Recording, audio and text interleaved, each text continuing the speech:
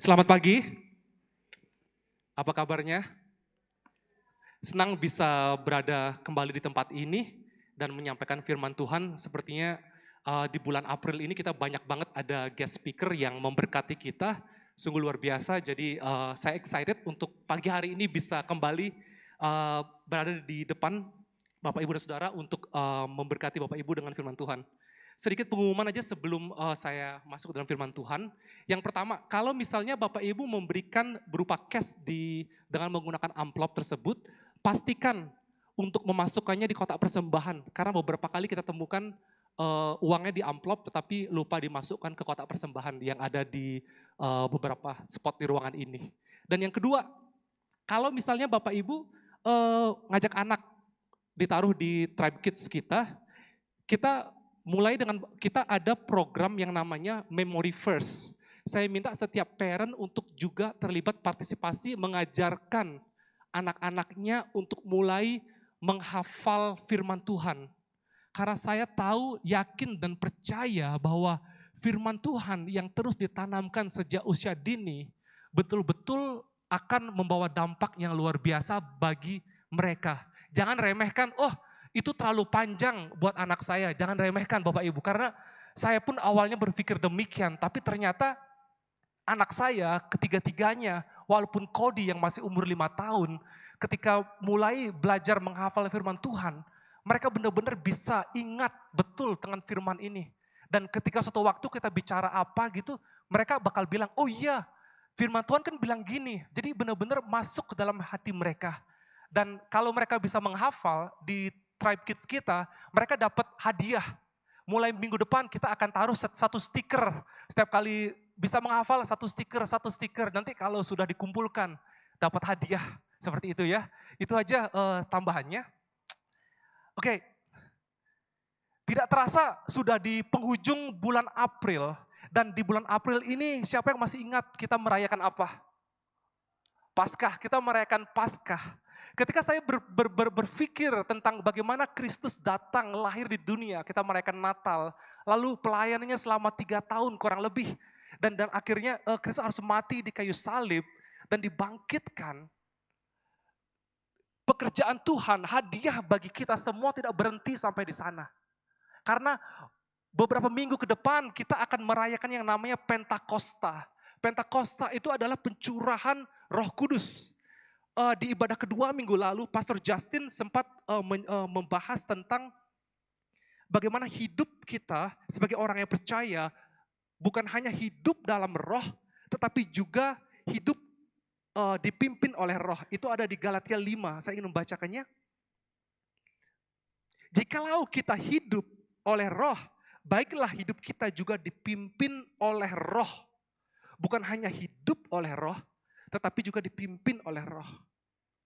Sebelumnya Paulus menuliskan ini, namun jikalau kamu memberi dirimu dipimpin oleh roh, kamu tidak hidup di bawah hukum Taurat.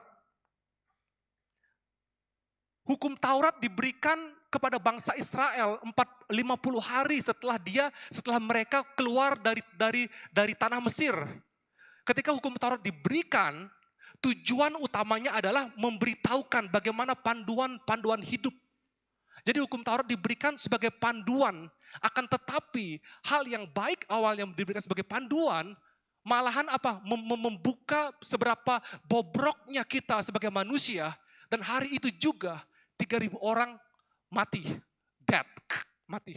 Tetapi 50 hari setelah Yesus dibangkitkan, kita merayakan namanya Pentakosta, ketika Roh Kudus sebagai pengganti dari hukum Taurat itu yang ada, bukan pengganti, saya ralat, yang melengkapi hukum Taurat itu. Tuhan berkata bahwa hukum Taurat itu sekarang sudah ada di hatimu, yaitu Roh Kudus.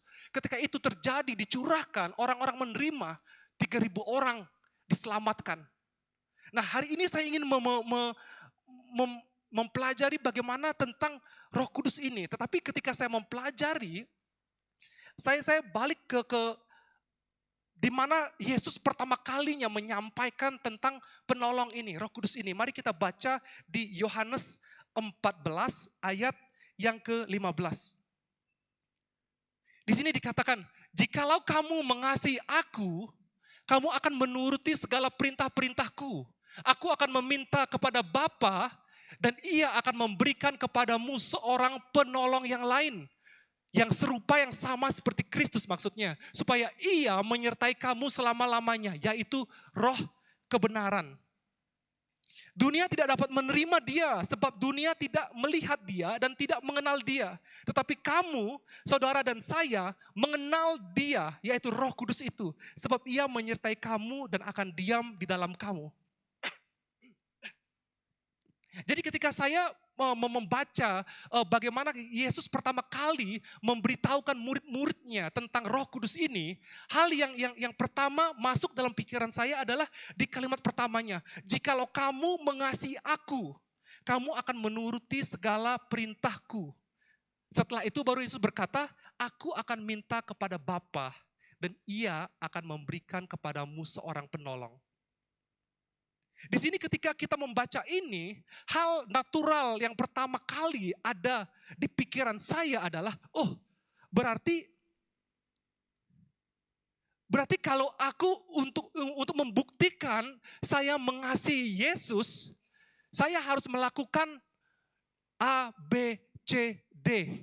Oh kalau saya untuk membuktikan cinta saya kepada Yesus, saya harus melakukan beberapa hal, menuruti perintah-perintahnya. Ada amin? Tetapi, seringkali kalau saya boleh jujur dengan Bapak Ibu, hidup kita tidak selalu menuruti perintah Kristus. Seringkali ketika kita lagi kita down, ketika kita anggaplah sebelum kita datang pagi hari ini, kemarin Sabtu, kita melakukan hal-hal misalnya yang tidak berkenan di hati Kristus. Dan ketika kita datang hari Minggu untuk berdoa, kita merasa apa? Merasa bersalah, merasa tidak layak.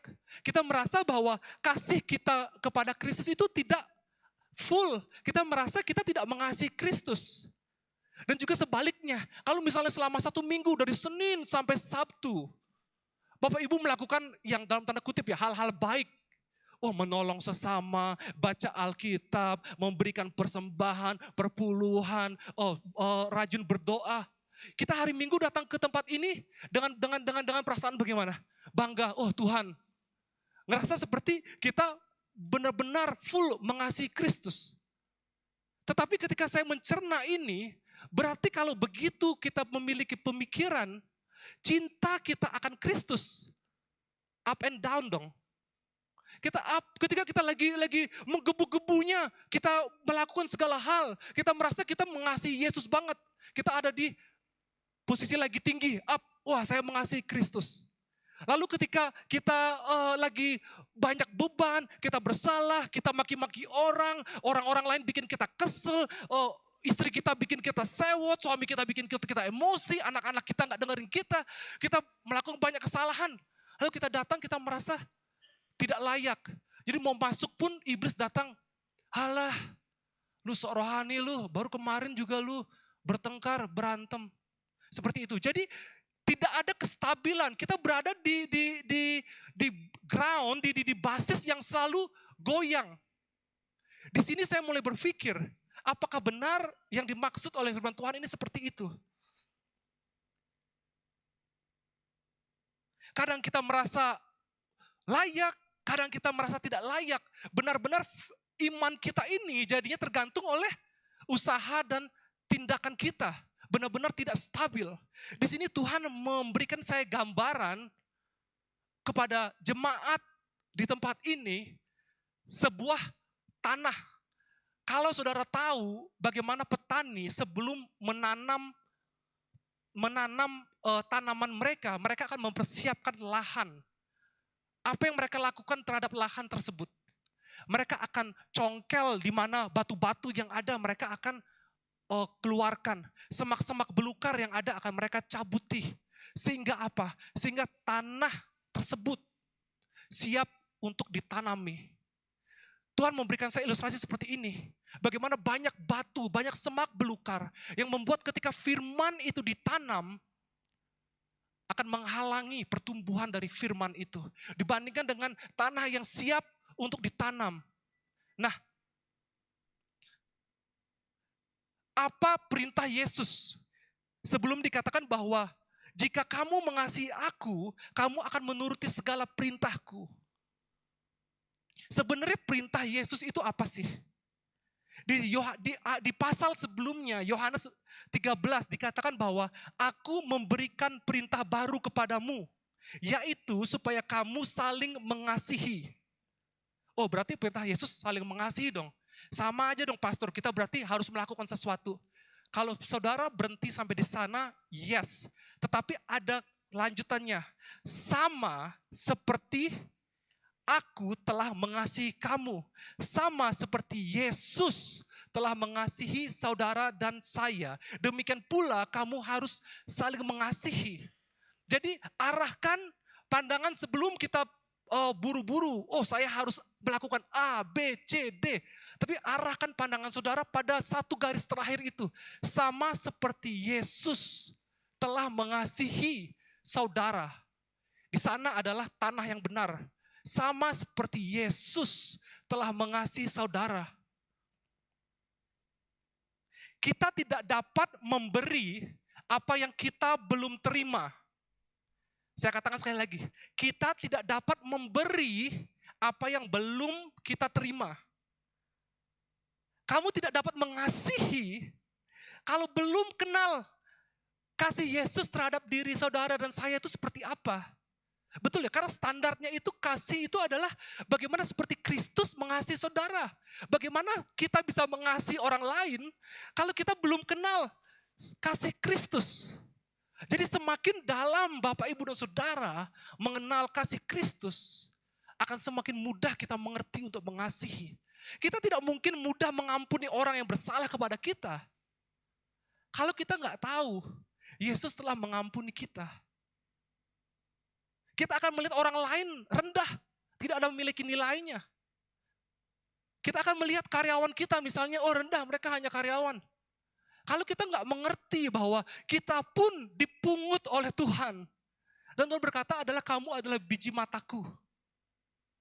Jadi fokus awal adalah bagaimana Kristus mengasihi kita. Tidak kebetulan bahwa di ayat-ayat yang sebelumnya, Yesus menunjukkan kepada murid-muridnya kasih itu dengan apa? Dengan mencuci kaki muridnya. Jadi di ayat yang ke-10 mungkin dikatakan bahwa Yesus mencuci kaki murid-muridnya. Di sana Yesus menunjukkan bahwa begini cara saya memimpin dan lakukan juga bagi orang lain. 1 Yohanes mengatakan kita mengasihi karena apa? Karena Allah terlebih dahulu mengasihi kita. Jadi fokus kita bukan kepada do, bukan kepada action apa yang harus dilakukan, tapi fokus pertama adalah apa? Mengenal betul kasih Yesus apa. Ketika kita mengenal kasih Yesus, actionnya akan mengikuti. Terus apa yang harus kita lakukan? Yesus menjelaskan bahwa kamu adalah pokok anggur dan aku adalah, sebentar saya baca dulu. Akulah pokok anggur yang benar dan Bapakulah tukang kebunnya. Di sana dikatakan setiap carang padaku yang tidak berbuah dipotongnya dan setiap carang yang berbuah dibersihkannya supaya ia lebih banyak berbuah. Kamu memang sudah bersih karena firman yang telah kukatakan kepadamu. Tinggallah di dalam aku dan aku di dalam kamu. Sama seperti carang tidak dapat berbuah dari dirinya sendiri kalau ia tidak tinggal pada pokok anggur. Demikian juga kamu tidak dapat berbuah jika kamu tidak tinggal di dalam aku. Jadi kita gak mungkin pohon itu mencoba untuk saya harus berbuah. Gak mungkin Bapak Ibu. Pohon itu berbuah dengan apa? Dengan pokok anggur itu, carang itu berbuah dengan apa? Dengan tinggal diam. Tinggal diam itu bagaimana? Ya tinggal diam. Nikmati, pikirkan gimana Yesus mengasihi kita. Tinggal diam di dalam Kristus. Hanya dengan demikian, saudara dan saya dapat berbuah. Tadi saya membahas sedikit tentang hukum Taurat. Hukum Taurat dari bangsa Israel itu yang pertama tahu nggak? Kasihilah Tuhan Allahmu dengan segenap hatimu, dengan segenap akal budimu, dengan segenap kekuatanmu. Itu semua demanding, semua menuntut kita. Hukum Taurat datang menuntut kita untuk melakukan sesuatu. Harus begini, harus begini, harus begini. Hasilnya apa? 3.000 orang mati. Tapi ketika Kristus datang, Yesus bilang apa? Tinggal di dalam aku, terima, to receive, to receive, to receive. Terima, terima, terima, diam, diam, diam. Dengan demikian akan ada kehidupan, ada buah-buah yang dihasilkan. Kita nggak mungkin bisa menambah atau mengurangi kasih Yesus kepada kita dengan tindakan kita. Sama seperti parents di sini tahu, orang tua di sini tahu bahwa kasih kita sama anak kita itu bukan berdasarkan tindakan mereka. Wah, kamu di sekolah dapat nilai jelek, saya kurang mengasihi kamu. Nggak mungkin kan? Kasih kita itu, bayangkan ketika seorang orang tua mengasihi anaknya, lebih lagi Bapa kita di surga. Jadi tindakan kita, apapun yang kita lakukan, tidak mengurangi ataupun bisa menambah kasih Kristus kepada kita. Karena emang sudah full. Wah, kalau begitu pastor berarti kita bisa berbuat seenaknya. Nanti pembahasannya. Ketika saya kasih kisi-kisinya, ketika kamu mengenal kasih Kristus, justru di sana akan ada pertobatan. Sebelum kenal, seenaknya bisa hidup. Tapi setelah kenal, saya yakin ketika Anda mengetahui kasih Bapa dalam hidup saudara, tidak mungkin kita mau bertindak seenaknya. Kita pasti respect. Kita tadi bernyanyi, ku kagum, hormat akan engkau. Hal itu bisa terjadi ketika kita mengerti dan mengenal seberapa dalam Bapa mengasihi kita. Parents, karena saya punya 3 anak, jadi saya selalu perumpamaannya itu masuk ke orang tua. Orang tua, di tempat ini, pastikan anak-anakmu mengerti dan paham. Mengerti betul, bukan hanya di kepala tapi di hati. Seberapa kalian mengasihi mereka. Pastikan, selalu tanya, Daddy loves you, Mommy loves you. Ajari mereka, beritahu mereka. Jangan bilang, oh sudah orang biasa saya kasih makan, itu bahasa cinta saya. Tapi bahasa cinta anakmu belum tentu dengan tindakan. Bahasa cinta anakmu mungkin dari melayani. Bahasa cinta anakmu mungkin dari perkataan. Kalau mereka punya bahasa cinta perkataan, beritahukan kepada anakmu bahwa mereka mengasihi, bahwa engkau mengasihi mereka. Sehingga ketika mereka besar, mereka secure dalam kasihmu. Lalu kalau ketika ada orang lain dengan gombalnya mengatakan I love you, mereka tidak akan gampang jatuh kepada lelaki-laki hidung belang. Amin. Seringkali yang menghalangi kita untuk mengenal kasih Kristus, kalau saya boleh jujur, pengalaman pribadi saya adalah our self-righteousness, kebenaran diri kita. Kita merasa bahwa kita itu tidak seburuk orang lain. Hari Rabu saya baru diberikan kesempatan untuk pelayanan di penjara. Dengan Pak Mario, thank you banget, benar-benar saya mixed feeling. Mixed feelingnya apa? Karena ketika saya ke sana dengan maksud untuk memberkati. Tapi ketika saya datang, saya benar-benar malahan saya yang diberkati. Jadi mixed feeling kayak, ini apa yang terjadi? Saya mau memberkati, tapi malahan saya yang diberkati. Kita seringkali melihat, orang-orang yang ketika anak saya bilang ke mereka, saya mau pelayanan di penjara. Mereka bilang, kenapa Daddy ke sana? Bukankah mereka all bad guy? Mereka orang-orang jahat, kenapa di sana? Mereka tidak paham bahwa pelayanan itu, tidak hanya justru gara-gara mereka ketidakmampuan mereka, kita melayani mereka. Jadi saya memberitahukan, lalu saya tunjukkan foto yang lagi main gitar. Mereka pikir bayangan bad guy itu orang jahat itu kayak di film-film Hollywood yang pakai baju orange, tangan besar, bertato, muka sangar. Tapi ketika mereka melihat salah satu narapidana main gitar memuji Tuhan, mereka pusing, bingung. Hah? Oh ya, bagaimana bisa seperti ini? Seperti itu. Jadi kita merasa bahwa, mereka itu baru jahat, kalau kita enggak. Kalau saudara memiliki latar belakang seperti saya, yang saya tumbuh bukan menjadi anak bengal, nakal, KS begitu ya.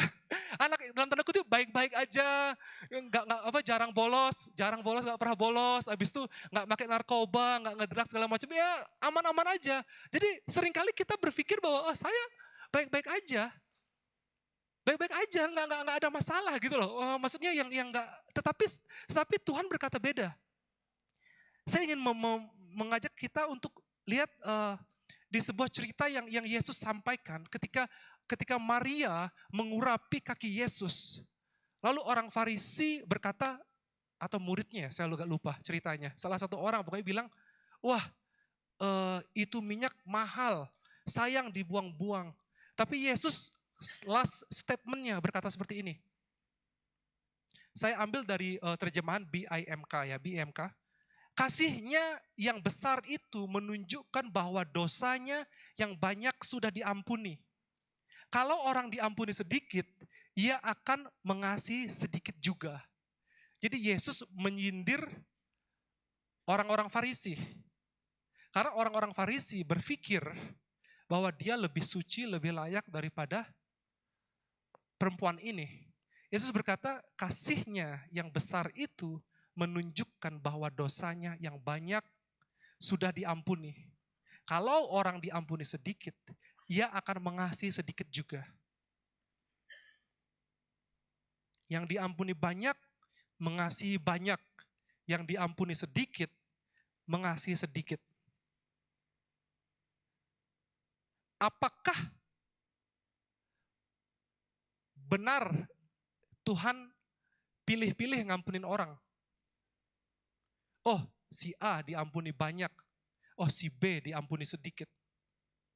Tentu tidak. Maksudnya apa? Pengampunan itu banyak atas si A, si B, si C. Pengampunan itu banyak, sama-sama banyaknya atas hidup saya, atas hidup saudara, atas hidup pelacur, atas hidup penjudi, atas hidup pembunuh. Sama. Pengampunan itu sama banyaknya. Akan tetapi ketika kita berpikir bahwa aku lebih baik daripada dia, kita merasa bahwa kita diampuni lebih sedikit. Dan kita punya dasar untuk bermegah. Di sini problemnya. Kita harus tahu bahwa kita semua berdosa. Alkitab berkata adalah semua berdosa. Dosa besar, dosa kecil, sama-sama dosa. Penyebab dosa apa? Kita dipisahkan. Kita jadi terpisah dari Bapa. Ada kematian. Dan ketika seperti tadi dikatakan, ketika carang terpisah dari pokok anggur, carang tersebut akan mati. Kita yang tidak layak ini, tidak mungkin bisa datang kepada yang kudus. Makanya kalau saudara mengerti, banyak ritual-ritual agamawi selalu mementingkan akan apa? Akan kebersihan sebelum menghadap ke Yang Maha Kuasa. Bahkan ketika wanita, maaf sekali, ada period, ada menstruasi, tidak boleh datang kepada Yang Maha Kuasa. Betul? Bahkan sebelum datang pun harus bersih-bersih dahulu. Supaya, oh sudah bersih baru datang. Iya, kalau kita hanya berpikir tentang fisik. Tubuh ini tubuh yang fana, yang akan mati. Kita bisa lihat, oh kalau kotor dibersihkan. Akan tetapi kalau hati yang kotor, pikiran yang kotor, sabun, deterjen apa yang dipakai untuk membersihkan? Tidak ada sabun atau deterjen apapun yang bisa dipakai untuk membersihkan, untuk kita bisa datang kepada Bapa. Kalau tubuh kotor, oh bisa bersihkan. Itu pun kalau kita tahu yang mana yang kotor. Sama juga dengan pikiran kita, hati kita. Kalau kita tahu, oh hati saya ini, saya kotor. Tapi kita boleh jujur bahwa kita pun kadang-kadang tidak bisa lihat kalau kita salah. Orang lain di luar kita baru kita tahu, oh ini orangnya kayak gini, oh kamu kelemahannya begini. Kalau begitu bagaimana? Apakah kita bisa datang kepada Bapa? Tentu tidak. Maka dari itu Kristus mengatakan bahwa aku datang kepadamu, hanya yang kudus yang bisa datang kepada yang tidak kudus. Sebelum itu pun Yesus membersihkan kita. Hanya dengan darahnya yang kudus. Yang bisa menghapus, menyucikan dosa kita. Seperti salju, kata firman Tuhan.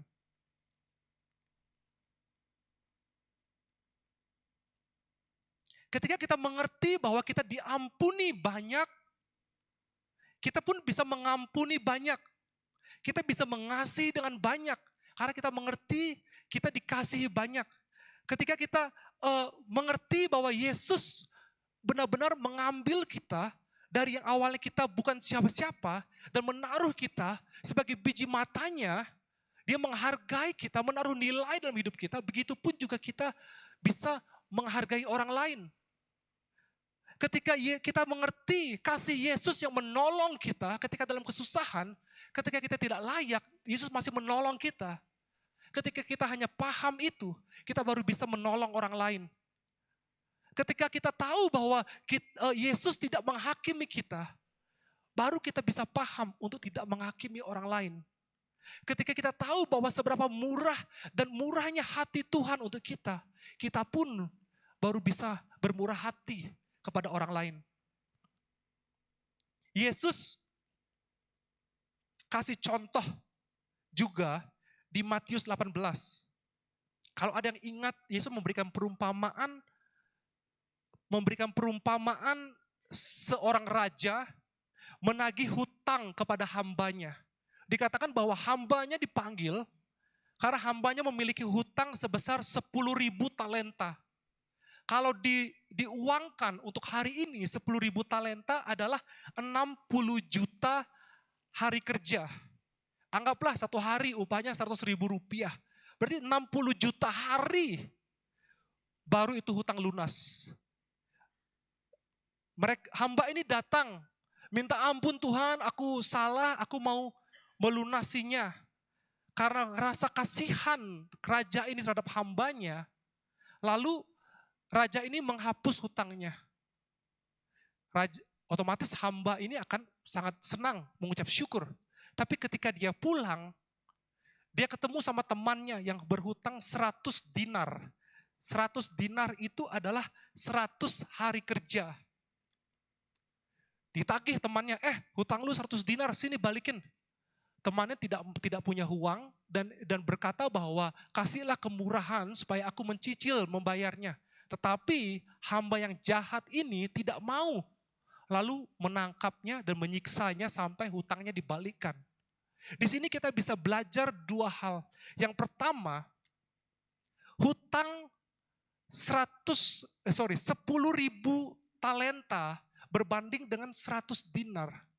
Tuhan memberikan perumpamaan kepada kita, mengajar kepada kita bahwa hutangmu yang banyak itu, Daniel, hutangmu yang banyak itu, aku ampuni, aku lunasin. Sekarang hutang teman-temanmu yang sedikit itu, kamu bisa belajar mencontoh dari aku. Untuk juga kamu ampuni, kamu hilangkan.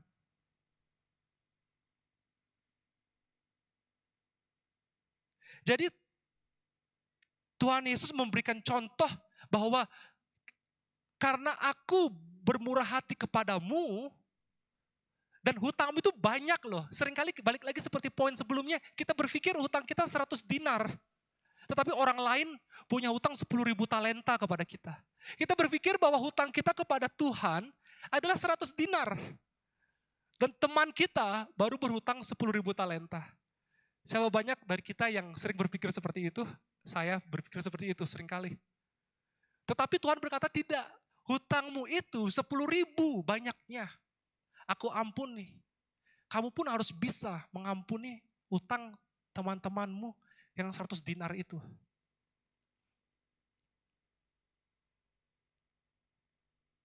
Bagaimana Yesus mengasihi kamu? Di ayat yang tadi dikatakan bahwa sama seperti aku telah mengasihi kamu, demikian pula kamu harus saling mengasihi. Bagaimana kira-kira?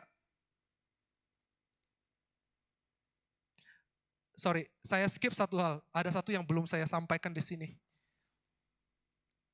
Jadi ketika kita paham hutang kita yang besar itu, Yesus memberikan contoh. tindakan kita itu lagi bukan sekedar melakukan usaha kedagingan manusia kita, tetapi lebih ke ucapan syukur.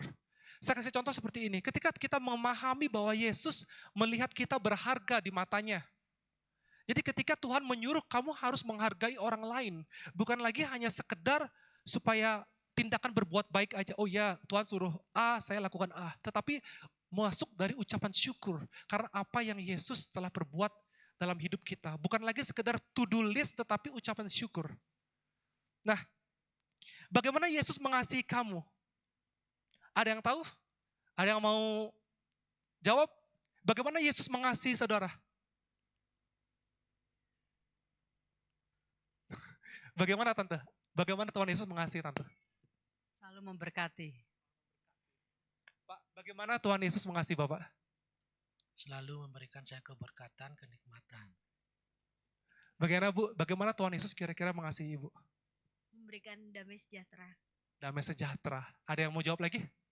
Bagaimana Tuhan Yesus mengasihi Om? Terima apa adanya. Menerima kita apa adanya. Lakukan itu bagi orang lain. Kita mengerti betul bagaimana Tuhan Yesus mengasihi kita. Dikatakan bahwa lakukan, perbuatlah itu bagi saudaramu. Pahami dulu bagaimana Kristus mengasihi kita. Tadi kita bernyanyi bahwa begitu dalamnya kasih Tuhan terhadap kita. Kita hanya berpikir kayak, oh iya dia mengasihi saya dengan mati menebus dosa kita. Kalau itu hanya berupa sebuah kata-kata yang kita ingat tetapi tidak mengerti di hati kita. Kita pun hanya sebatas itu untuk berkorban buat orang lain. Jadi semuanya itu diawali dari bagaimana kita mengerti seberapa dalamnya kasih Tuhan atas hidup kita. Yesus mengasihi kita terlebih dahulu. Dia nggak nunggu dulu. Dia nggak nunggu dulu kita mengasihi dia baru dia mengasihi kita. Tapi dia mengasihi kita terlebih dahulu. Dia mengasihi kita dengan berkorban. Dengan mati di kayu salib dia berkorban. Dia mengasihi, dia bisa aja diam di surga tidak perlu menebus kita Bapak Ibu. Jangan berpikir kita layak, ini hak kita ditebus. Hari ini kita sering berkata bahwa ini hak saya, ini hak saya. Enggak. Tuhan Yesus enggak punya kewajiban untuk menebus kita.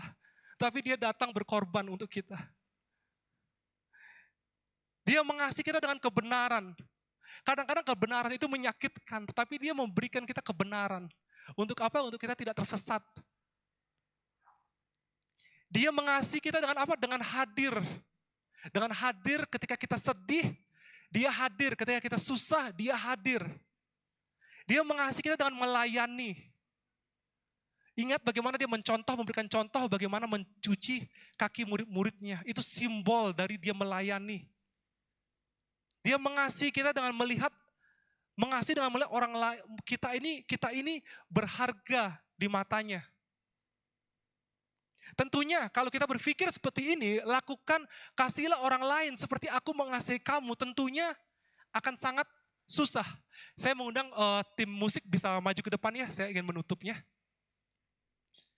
Kalau kita lihat, perhatikan bagaimana Yesus mengasihi kita, tentunya akan sangat berat untuk di awal kita bisa melakukan semua itu. Makanya, Yesus mengatakan, aku akan minta kepada Bapa dan ia akan memberikan kepadamu seorang penolong. Paham ya?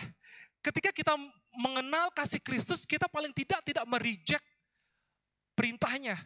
Ketika kita mengenal kasih Kristus, otomatis kita akan melakukannya. Tetapi sekali lagi tidak semudah itu. Kalau kita boleh jujur sehari-hari kita tidak semudah itu. Maka dari itu Tuhan berkata, aku akan memberikan kepadamu seorang penolong. Penolong itu gunanya untuk di sana. Bukan penolong yang kita sering salah pahami, suruh-suruh seenaknya. Tapi tidak. Tapi Roh Kudus akan menolong kita untuk melakukan perintah Kristus. Untuk menolong kita untuk saling mengasihi orang lain. Dikatakan bahwa Dialah yang akan mengajarkan segala sesuatu kepadamu dan mengingatkan kamu akan semua yang telah kukatakan kepadamu. Itulah gunanya Roh Kudus. Ketika kita mulai masuk mengenal Kristus lebih dalam, Roh Kudus akan menolong kita terus. Maka dari itu, Bapak Ibu persiapkan hati kita. Sebentar lagi kita akan merayakan Pentakosta, pencurahan Roh Kudus.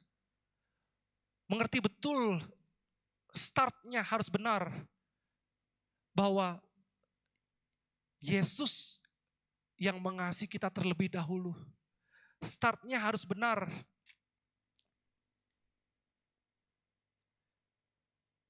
Tanahnya harus benar dulu. Sebelum untuk kita bisa mengerti pekerjaan Roh Kudus. Untuk kita bisa mengerti bagaimana kita berjalan bersama dengan Roh Kudus. Saya ingin menutup hari ini dengan contoh bagaimana Petrus di awal. Kalau kita ingat ceritanya, bagaimana Petrus di awal ketika dia sebelum Yesus disalibkan, kita bisa lihat bagaimana dengan gagahnya Petrus bilang kepada Yesus, kemanapun kamu pergi, aku akan pergi. Bahkan kalau mati pun, aku akan tetap tidak meninggalkan kamu. Bisa lihat ya, bagaimana aku akan melakukan sesuatu, aku akan melakukan hal-hal ini bagimu Tuhan. Tetapi kalau kita mengandalkan kekuatan kita untuk melakukan sesuatu untuk Tuhan, tanpa mengenal dengan betul pengorbanan Kristus di kayu salib, kita akan lari karena kedagingan kita, kekuatan kita sendiri tidak bisa. Lalu bayangkan ketika Petrus setelah penyaliban itu ada, Yesus datang kepada Petrus. Bisa bayangkan responnya. Petrus, apakah kamu mengasihi aku? Dikatakan, apakah kamu agape aku? Kasih yang tertinggi. Petrus tidak menjawab dengan kasih yang tertinggi itu. Tuhan, saya cuma sayang aja sama kamu. Karena dia mengerti bedanya kasih Kristus dan kasihnya yang bisa diberikan. Sampai 3 kali Yesus menanyakan kepada Petrus, apakah kamu mengasihi aku? Petrus tidak bisa boastful lagi, tidak bisa membanggakan lagi kekuatannya. Tetapi saudara saya bisa lihat bagaimana Petrus menjadi rasul yang banyak dipakai Tuhan. Karena mengerti bahwa Yesus dulu yang mengasihi dia. Karena Yesus yang mengasihi dia di awal. Bukan dengan kekuatanmu, bukan dengan gagahmu. Tapi mengertilah Tuhan mengasihi saudara. Tuhan mengasihi saudara. Katakan dengan kiri kananmu, Tuhan mengasihimu.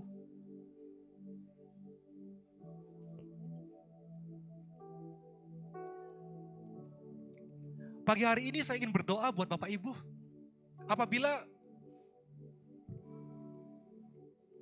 Bapak Ibu ketika datang ke tempat ini merasa tidak layak, iblis menuduh, menghakimi. Wah, kamu kemarin seperti ini. Wah, minggu lalu kamu kayak gini. Oh ya, satu lagi ya. Jangan kita menolong iblis sebagai penuduh itu. Jangan kita membantu pekerjaan iblis sebagai penuduh. Ketika temanmu bersalah, orang bersalah itu tahu kok dia bersalah. Jangan kita sebagai iblis membantu pekerjaan iblis. Kamu tuh kayak gitu, kamu tuh kayak gini, menghakimi, menuduh. Tapi kita justru harus mencontoh Yesus bagaimana kita membalut, melayani. Ketika Bapak Ibu datang ke tempat ini, merasa tertuduh, merasa bersalah, merasa tidak layak, bahwa engkau merasa bahwa engkau kurang mencintai Yesus. Saya ingin berdoa, tundukkan kepala. Mari kita sama-sama pejamkan mata, tundukkan kepala. Tuhan, aku berdoa untuk engkau yang mencurahkan kasih-Mu. Pastikan untuk mereka semua umat-Mu Tuhan mengenal kasih-Mu. Lebih dalam, lebih dalam, lebih dalam, lebih dalam lagi. Segala condemnation yang iblis lemparkan, segala tuduh-tuduhan yang iblis lemparkan kepada pikiran mereka, yang mengatakan bahwa mereka tidak layak datang ke hadapan-Mu, bahwa mereka tidak dilayakkan. Aku patahkan di dalam nama Tuhan Yesus Kristus. Roh Kudus, Engkau yang menjamah hati mereka. Untuk Engkau yang mengungkapkan bahwa mereka adalah biji mata Allah. Mereka berharga di matamu. Dan aku berdoa juga Tuhan, untuk Engkau yang terus taruh dalam setiap jemaat-Mu, bahwa Engkau mengasihi mereka. Terima kasih untuk firman-Mu pagi hari ini. Aku berdoa Tuhan untuk firman-Mu, fondasi ini bisa menyiapkan jemaat-Mu untuk menerima firman-firman-Mu yang lain. Dan firman tersebut bisa tertanam dan berbuah. Hamba-Mu terbatas dalam kata-kata, tetapi biarlah anugerah Tuhan ada. Biarlah Roh Kudus terus yang mengajar, yang mengungkapkan kepada mereka siapa Kristus bagi hidup mereka. Thank you Tuhan.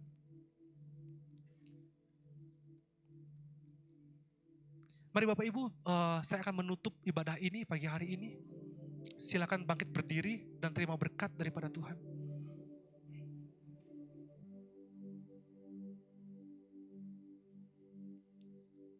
Tuhan memberkati engkau dan melindungi engkau.